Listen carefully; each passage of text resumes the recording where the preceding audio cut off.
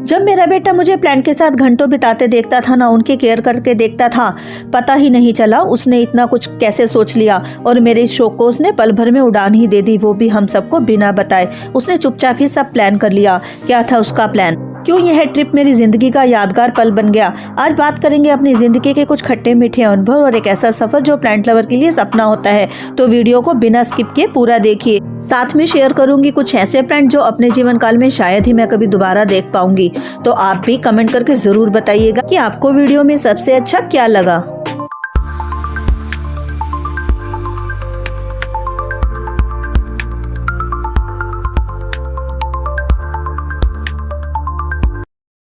तो plant lovers, आज हम चलेंगे केरला के मुन्नार में, ऐसी जगह पर जो हर प्लांट लवर और गार्डनर का सपना होती है और नेचर लवर के दिल को छू जाने वाली होती है।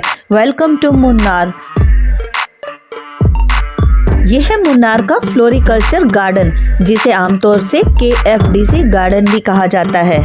तो प्लांट लवर्स, वीडियो को बिना स्किप किए एंड तक जरूर देखिए, क्योंकि यहाँ फूलों की बहुत सी ऐसी वैरायटी दिखाई गई है जो शायद ही हमें नर्सरी में देखने को मिले। यह फ्लोरिकल्चर गार्डन सेंटर मुन्नार, जिला इडुक्की, केरल में स्थित है। मुन्नार फेमस है चाय के बागान के लिए, अपनी ठंडी जलवायु के लिए और हरियाली तथा हिल्स के लिए। पूरी दुनिया में बहुत ही फेमस टूरिस्ट प्लेस है और यह फ्लावर गार्डन मुन्नार के टूरिस्ट प्लेसेस में से एक है।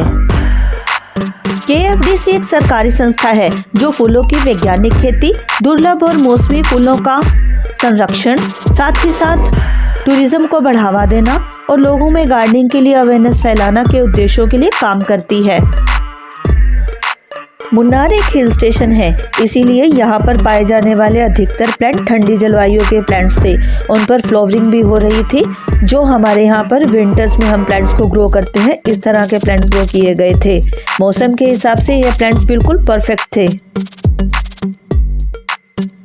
क्योंकि यह एक हिल स्टेशन है, इसलिए यहाँ की जलवायु प्लांट्स के लिए बिल्कुल परफेक्ट है। प्लांट्स की ग्रोथ में अच्छी जलवायु के साथ साथ मिट्टी का भी अच्छा होना बहुत ही जरूरी है। वहाँ की मिट्टी बहुत ही उपजाऊ है। इसके साथ ही साथ वहाँ के कर्मचारियों ने भी गार्डन को बहुत ही अच्छे से मैनेज कर रखा है। सही समय पर खाद देना, सही समय पर पानी देना, यह सब बातें मिलकर ही तो एक गार्डन को स्वर्ग बना देती हैं। सचमुच वहाँ का नज़ारा बिल्कुल स्वर्ग जैसा था। चारों तरफ फूल ही फूल, अलग अलग रंगों के, अलग अलग किस्मों के। लग रहा है ना ऐसे जैसे सच में हमारे स्वागत के लिए तैयारी की गई हो। सच में यहाँ से जाने का मन ही नहीं कर रहा था। सच ही कहा था मेरे बेटे ने कि मम्मा, आपका वहाँ से निकलने का मन ही नहीं करेगा। और सच में इतने वाइब्रेंट कलर और ऐसे अमेजिंग फ्लावर्स तो मैंने आज तक कभी नहीं देखे थे। नर्सरी वाले चाहे अपने प्लांट्स को कितना ही अच्छा क्यों ना रखें, ऐसे वाइब्रेंट कलर तो उनके प्लांट्स में भी नहीं आते हैं।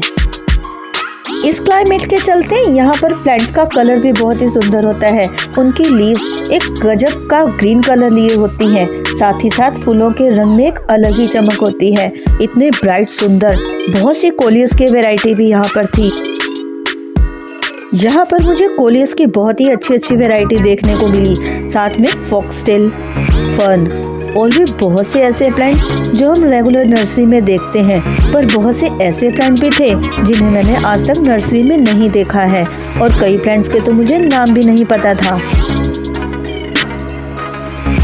क्या आप जानते हैं इस प्लांट का क्या नाम है? मुझे कमेंट में जरूर बताइएगा।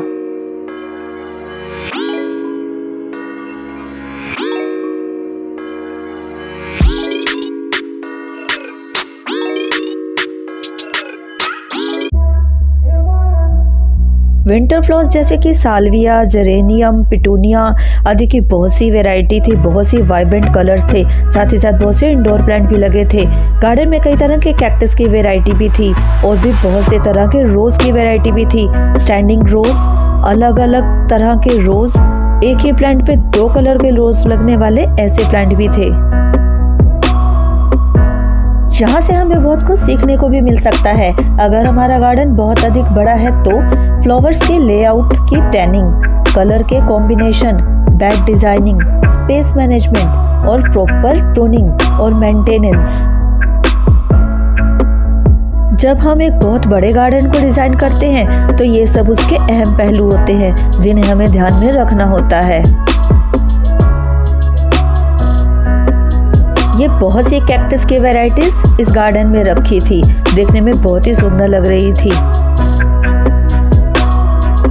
आपको इनमें से कौन सी वैरायटी सबसे ज्यादा सुंदर लगी, प्लीज कमेंट में जरूर बताइएगा।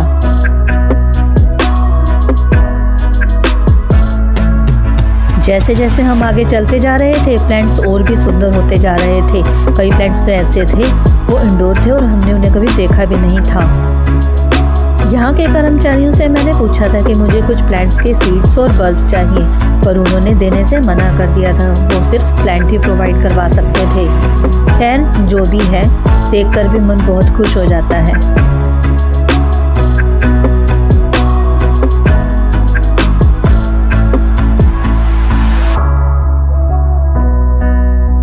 एक प्लांट लवर होने के नाते मन कर रहा था सभी के सभी प्लांट्स को घर ले चलूं, बस नहीं चल रहा था। देखकर भी मन बहुत खुश हो रहा था।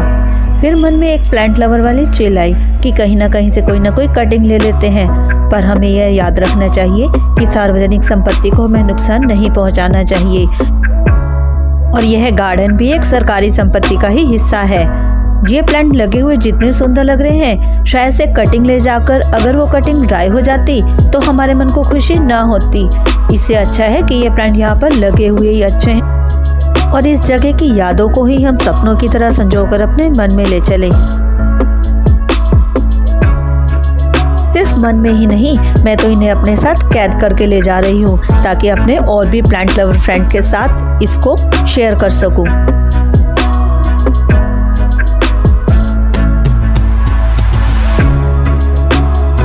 देखो तो प्लांट लवर्स, कैसे ये प्लांट्स, फ्लावर्स मेरा स्वागत कर रहे हैं। सच में लग रहा है मैं कोई सपनों में जी रही हूँ और कोई सपना ही देख रही हूँ। इतने सुंदर सुंदर फ्लावर्स और इतने सुंदर सुंदर प्लांट्स कैसे मेरे सामने आ गए। और ये देखो, ये है Brazilian plum, such a amazing flower. First time देखा है इसे मैंने। ये डहेलिया फ्लावर्स हैं, आमतौर से हमें नर्सरी में देखने को मिल जाता है, पर इतने सारे खूबसूरत फूलों के साथ इसकी छटा भी बहुत ही अद्भुत लग रही है। उसके बाद फिर से शुरू हो जाते हैं फ्लावर बेड। देखने में बहुत ही सुंदर एक रंग के फूल लगे हुए कितने सुंदर लग रहे हैं।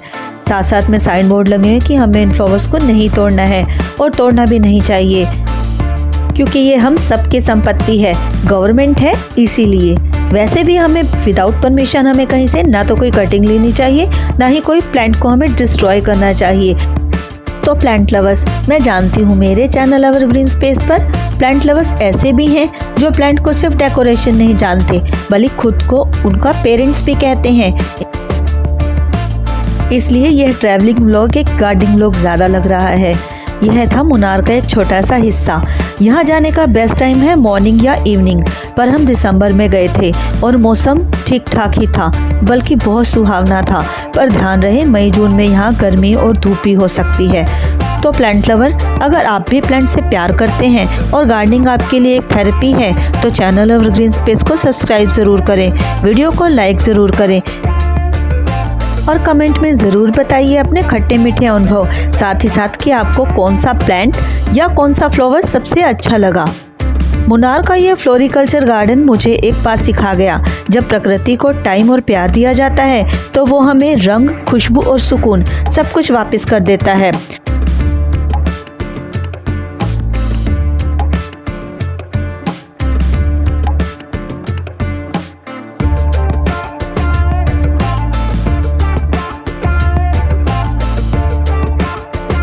मिलते हैं एक नए एक्सपीरियंस के साथ, कुछ नए टॉपिक्स को लेकर। Till then, happy gardening.